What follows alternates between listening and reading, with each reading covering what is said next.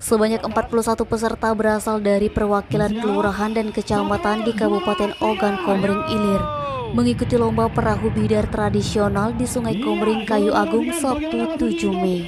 Lomba yang memperebutkan hadiah total 15 juta tersebut diselenggarakan Karang Taruna Kabupaten Oki bersama pemerintah Kabupaten Oki dan instansi terkait. Kepala Dinas Komunikasi dan Informatika Kabupaten Oki, Alexander Bustomi, menerangkan, lomba bidar tradisional ini dilaksanakan dalam rangka menyongsong Fornas 6 Sumsel dan Hari Kebangkitan Nasional tahun 2022, termasuk juga sebagai hiburan masyarakat Kabupaten Oki di momen Hari Raya Idul Fitri 1443 Hijriah. Lomba dimulai dengan start dari Kelurahan Jua-Jua hingga ke Kelurahan Sukadana. Ribuan warga memadati sepanjang bantaran Sungai Komering untuk menonton.